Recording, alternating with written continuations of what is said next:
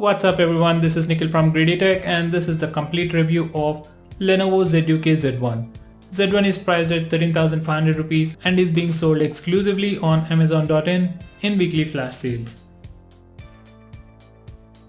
Z1 comes with a metal rim all around the phone with a classic curved back panel and a normal flat glass protecting the display panel. We have a fingerprint scanner on the front just below the display that supports 360-degree fingerprint recognition. On the right we have the power and volume rockers. On the left we have the SIM card tray that houses 2 nano SIM card slots. At the bottom we have the speaker grill and a Type-C USB charging port. On the top we have the regular 3.5mm audio jack which seems to be dying very soon. It weighs 175 grams and has a maximum thickness of 8.9 mm and has a strong presence in the hand. It's slightly on the heavy side but it doesn't feel all that heavy either. Besides the fingerprint scanner, we don't have any additional bells and whistles like infrared blaster or NFC on the Z1. Fingerprint scanner is fast and accurate and unlocks the phone in less than a second and it rarely misses. We can store up to 5 fingerprints and as of now in CyanogenOS 12 we cannot lock applications, but on Cyanogen 13 we can lock applications. It comes with an LED notification light which can be configured, USB OTG support and all the basic sensors including the gyroscope, compass and the Hall sensor. Z1 has dual SIM support, so we can insert 2 nano SIM cards and both support 4G, and at a time we can use 4G from only one SIM. Call quality is pretty good and I didn't have any problems with that. ZUK Z1 sports a 5.5-inch Full HD IPS panel with a maximum brightness of 450 nits and its sunlight legibility is manageable. It has a 100% NTSC high color saturation, so colors will be very accurate. We get the regular screen gestures like double tap to wake, but it wasn't always very accurate. On the whole, a pretty good display at this price point. On the rear we have the 13 megapixel Sony IMX214 sensor with 1.12 micron pixels, f2.2 aperture, 5p lens, optical image stabilization and the regular Qualcomm dual-core ISP image processing technology. On the front we have the 8 megapixel camera. While everyone seems to be very happy with the camera performance on the Z1, I wasn't. Yes, it's got pretty good specs and it's got optical image stabilization, but the results were not very consistent, at least all the time. Sometimes autofocus works in video recording and sometimes it doesn't. Besides these inconsistencies, it has a fairly old camera sensor which can be found in OnePlus One, Mi4 and a lot more devices. With the correct optimization, camera performance can be further improved just like in Mi 4.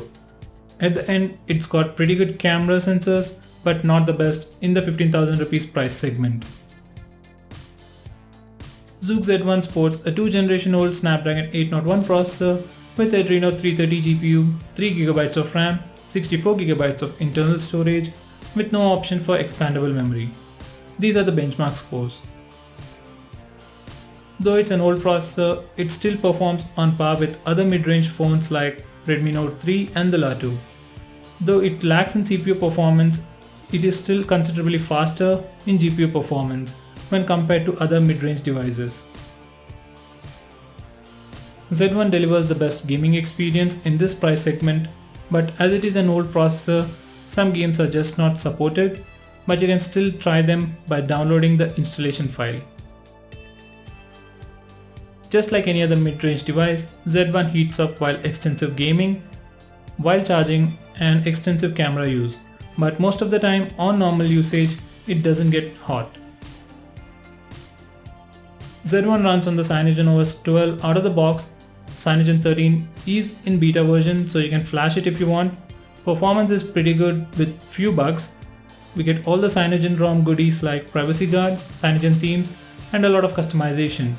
Entire software experience was very smooth. I didn't face any lags or any memory management issues. Everything was snappy and on the mark. Like with all the phones with official Cyanogen OS, there were bugs here and there, but usually not so annoying. Sometimes lock screen stops responding, you can't unlock the device, touch doesn't work. I had to restart the phone to fix the issue. Some system apps like camera app crashes with no particular reason. I encountered these bugs once in 2 days I guess. Sometimes it was too often and sometimes it never happened. Bugs are common, these will be fixed in the future updates, so you have to be patient until you get the update. There isn't anything good or bad about the audio experience on the Z1. There are no sound enhancement like the Dolby Atmos or the DTS, so it was pretty much average. We have a mono speaker on the right side of the Type-C port and it is decently loud enough.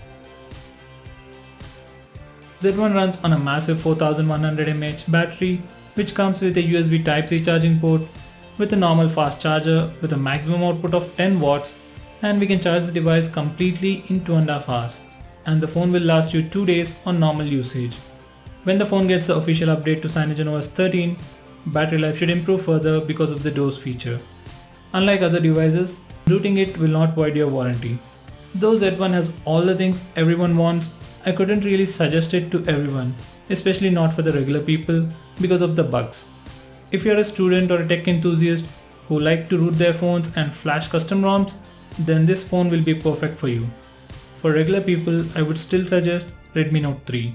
If you're planning to buy a Z1, think of it like a piece of hardware. You're only paying for the hardware and you can install any OS on it. That's what I think. If it was me, I'll buy the Redmi Note 3 for the additional infrared blaster and the MI Protect. So what about you? If you have any doubts, do let me know by commenting below this video and I'll get back to you as soon as possible. If you like this video, hit that like button and stay tuned to us by subscribing to our channel. I'll catch up with you in my next one. Until then, have a nice day.